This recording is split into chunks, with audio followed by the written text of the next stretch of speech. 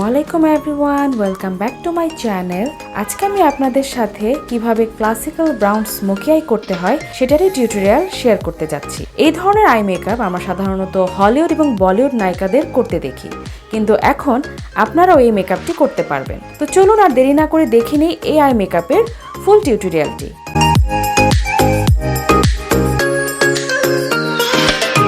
আমি আজকে বেস হিসেবে ব্যবহার করছি এলে গার্লের একটা ডার্ক কনসিলার দিয়ে, যেটা দিয়ে আমরা সাধারণত মেকআপ করার ক্ষেত্রে কন্ট্যুর করে থাকি। এই কনসিলারটি আমি শুধুমাত্র আমার আই লিডে এবং আমার লোয়ার ল্যাশ লাইনে অ্যাপ্লাই করব।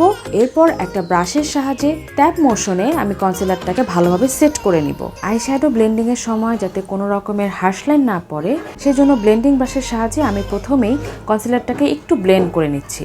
আপনারা আপনাদের পছন্দের যে কোনো ব্র্যান্ডের কনসিলার এখানে ব্যবহার করতে পারেন, তবে চেষ্টা করবেন কোনো ম্যাট কনসিলার ব্যবহার না করতে, কারণ আপনি যখন কোনো আই শ্যাডো ব্লেন্ড করবেন কোনো কনসিলারের উপরে, সেটা যদি একটু লিকুইডি ভাব না থাকে তখন কিন্তু আই শ্যাডো ভালোভাবে ব্লেন্ড হতে চায় না, একটা হার্শ লাইন পড়ে থাকে।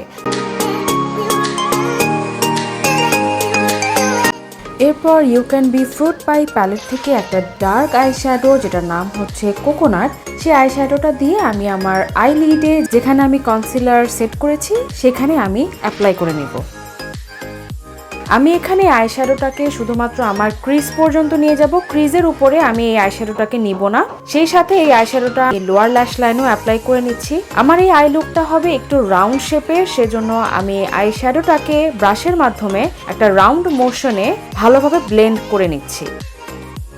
এই ধরনের আই লুক আপনারা দিনে এবং রাতে দুই সময় করতে পারেন। যদি রাত্রে এরকম মেকআপ করতে চান সেক্ষেত্রে আপনারা গ্লিটার অ্যাপ্লাই করতে পারেন, অথবা যদি ম্যাট লুক চান তাহলে গ্লিটারটাকে অ্যাভয়েড করতে পারেন।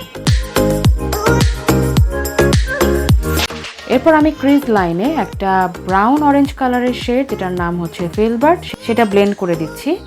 আমি একই সাথে ক্রিজ লাইনে এবং আমার লোয়ার ল্যাশ লাইনে আগে যে আই শ্যাডোটা অ্যাপ্লাই করেছিলাম সেটার সাথে ভালোভাবে ব্লেন্ড করে নিচ্ছি, যাতে একটা ট্রানজিশন লুক চলে আসে। এই আই লুকের ক্ষেত্রে আপনার ব্লেন্ডিংটা পারফেক্ট হতে হবে। ব্লেন্ডিংটা যত পারফেক্টলি হবে আপনার আই শ্যাডো ব্লেন্ডিংটা দেখতে আরও বেশি স্মুথ দেখাবে।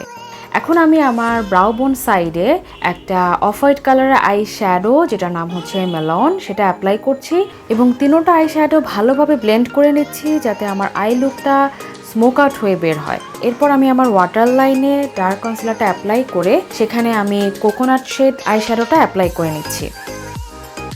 আমি অফ ক্যামেরায় ফলস ল্যাশ পরে নিয়েছিলাম, যেটা অনেক বেশি উইংস। এখন আমি জাস্ট আমার ইনার কর্নার সাইডে একটু উইংসের জন্য আই ম্যাজিকের জেল আইলাইনারটা অ্যাপ্লাই করে নিচ্ছি।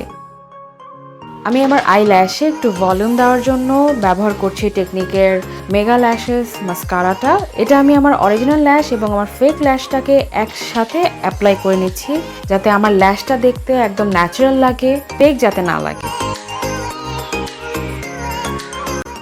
সো এটাই হচ্ছে আজকে আমার ফাইনাল লুক। দেখতে পাচ্ছেন কতটা স্মুথ হয়েছে আমার ব্লেন্ডিংটা। আমি কিন্তু এখানে মাত্র 3টা আই শ্যাডো ব্যবহার করেছি, এর থেকে বেশি করিনি। আপনারাও চাইলে যে কোনো কালারের আই শ্যাডো দিয়ে খুব ইজিলি এরকম একটা স্মোকি আইস করতে পারেন।